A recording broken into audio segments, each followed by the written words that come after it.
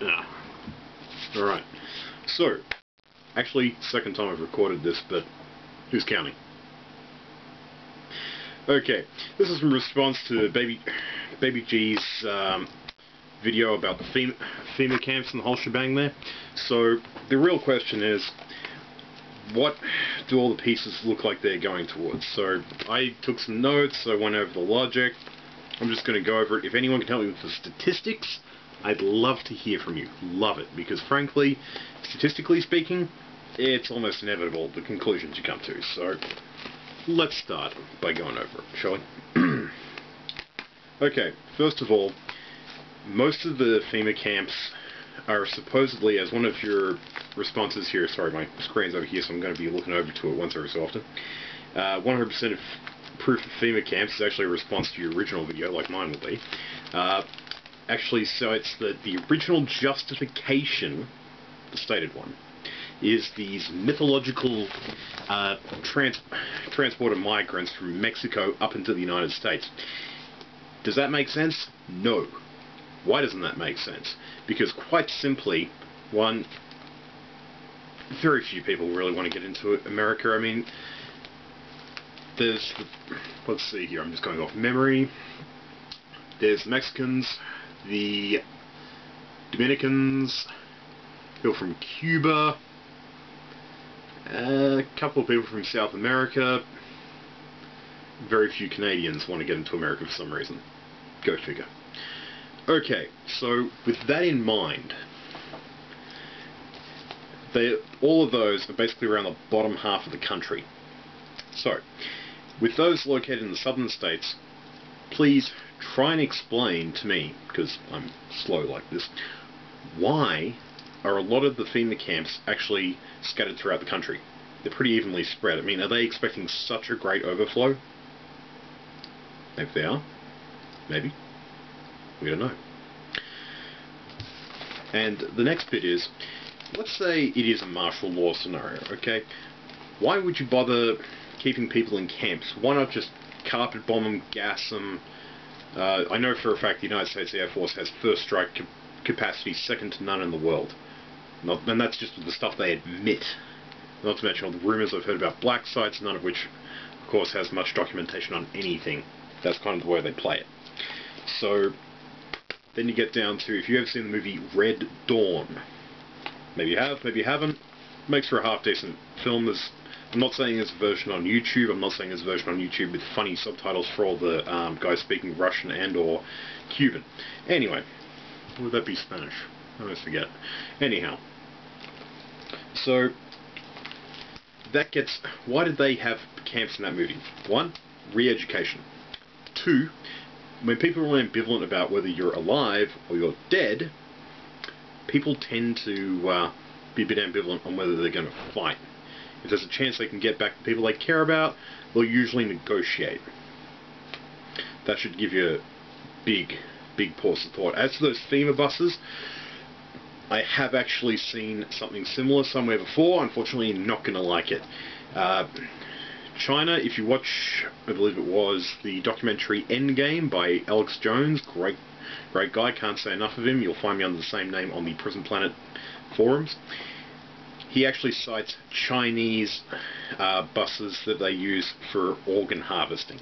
Not a nice subject, huge topic by itself, but there you go, that's what it reminds me of the most. Because if you can do 2-3 people at once, well, I assure you there is a black market with sufficient money for them to do a bus. Okay, as for the number of FEMA camps, a lot of them are actually sports stadiums and that sort of thing, like you got in Hurricane Katrina. And if you think that wasn't deliberate, I suggest you look into the allegations people have said about seeing people, allegations of people literally shooting at the parish workers, and that's not a reference. That's actually a reference to the local communities are called parishes in New Orleans. The local parish workers were shot at by FEMA agents who were bringing down the communication systems that they had there. Not to mention there are allegations, and these are slightly sketchier, of people hearing explosives blowing up the levees. People talk about, well, it was a stupid idea to build it below sea level. Maybe so. But blowing up the levees with explosives isn't going to help. And so I believe that that was deliberate, but that's only on weight of evidence. Lord knows we shouldn't listen to that. So, but the thing is, there was a book called Tomorrow When the War Began. That was done by an author in Australia called John Marsden. That's what I'd like to think of as predictive programming. You can look up the term. It means putting an idea in people's heads. So they do this with kids all the time. They will have people, they'll show people a video or an idea, and as soon as they're presented with a similar situation, they start taking their cues from what they learned in the video. Predictive programming. And in Tomorrow When the War Began, the fairground, or showground as we say here in Australia, was the place that they keep all the political dissidents and most of the townsfolk in, while an army, they never outright say which country it's from to be diplomatic, but an army from up north comes in and basically subdues the entire area. As for the trains, well, they've got them, they're wide open. The only other time I've seen that configuration of ventilation on the sides is cattle trucks. Now that means one of two things. One, they're going to gas people en route to the camps. They might even do that as a way to keep people subdued. They might not even use lethal gas. They might even use, I don't know, mind control spray. And that might sound a little ridiculous, yet I assure you there are gases that will make people a lot more docile. So, that about covers that, that covers that, that covers that. There's also re-education aspects to keeping these camps open. And there's also the idea of using medical experiments, which V in Reverse also harped on a little. Let's face it, there was a scientist who was asked, why didn't he just do his experiments on apes? You know, medical experiments. He said it was because human beings were cheaper. I think that really says quite a lot by itself. But the truth is, when you look at what these resources are being used for now, and that's just left there, and you think about why you'd have that many coffins, and the type of, and they're coffin liners actually. Someone actually found the, I think this was on, once again, Infowars.com, great source of information. The Prison Planet forums, I'll put a link to them up on the side. These guys have found that the coffin liners stop stuff leaching into the soil. Now, if you hit people with a particularly nasty plague, any animals, we're talking worms, we're talking detritivores of any kind, anything that would eat those corpses, and you can fit about 3 people in those coffin liners. I know that from people who've snuck in there. Anything that would take a bloated corpse, which would explain the size, even as a fat person who bloats up, it gets huge. I mean, it doesn't matter. The important thing is, anything that would eat that corpse would leach itself back into the soil.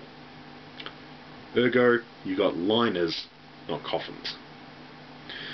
Well, this is just me looking over the logic here, and let's face it, SUVs you see everywhere, so if one of them suddenly popped the top and started mowing down crowds, it's a great way to get the drop on them. So, as much as I hate to say it, martial law, I think it's less likely to happen until after a major pandemic. And the evidence says that the flu shot, I recommend looking at the Health Rangers website, which I believe was healthnews.us. I'll put a link on the site. I'll get this website right there. But Mike Adams' stuff, very good. I'll put in 10 lies they're putting out about swine flu. Remember, it's got squalene in it. That's what caused the Gulf War syndrome. I'll let you make up your own mind, but the logic and what we're looking at, it isn't pretty, and there aren't many other possibilities. So, thank you. Have a good afternoon.